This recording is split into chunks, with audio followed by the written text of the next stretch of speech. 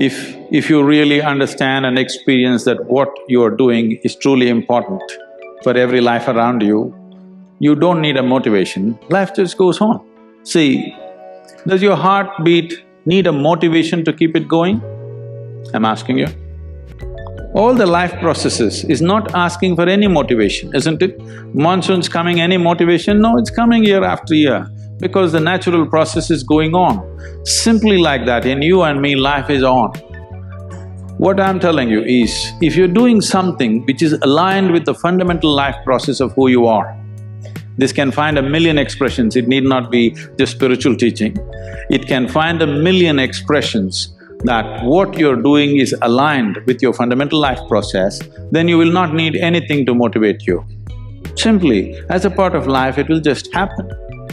How much you do simply depends on how much time you invested on upgrading yourself. The problem with the world right now is, people are always trying to upgrade their activity. If you upgrade your activity without upgrading yourself, you are bound to break up somewhere. It's like, you went on a Formula 1 track because you want to be on a fast track and you went with your Maruti 800.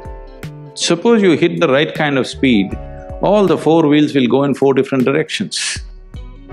It won't hold up.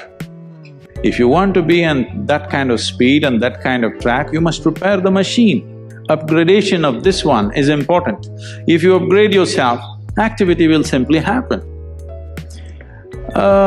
Many people around me, many times think I'm superhuman because of that activity that I perform.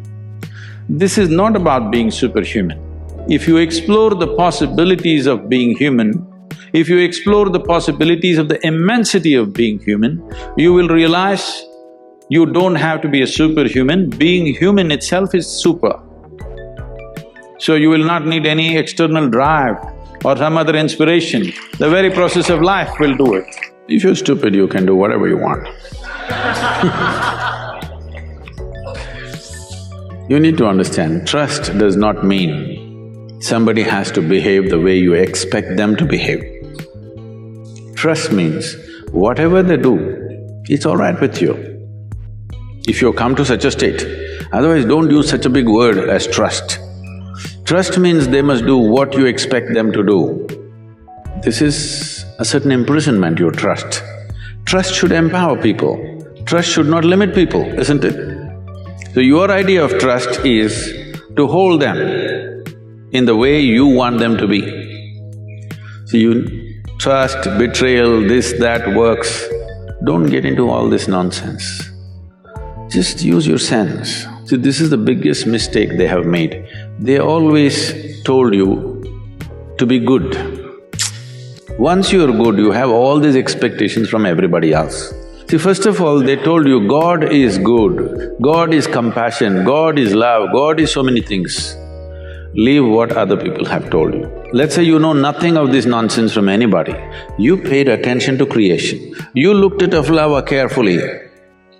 One thing you can see is, whatever created this is of tremendous intelligence, isn't it?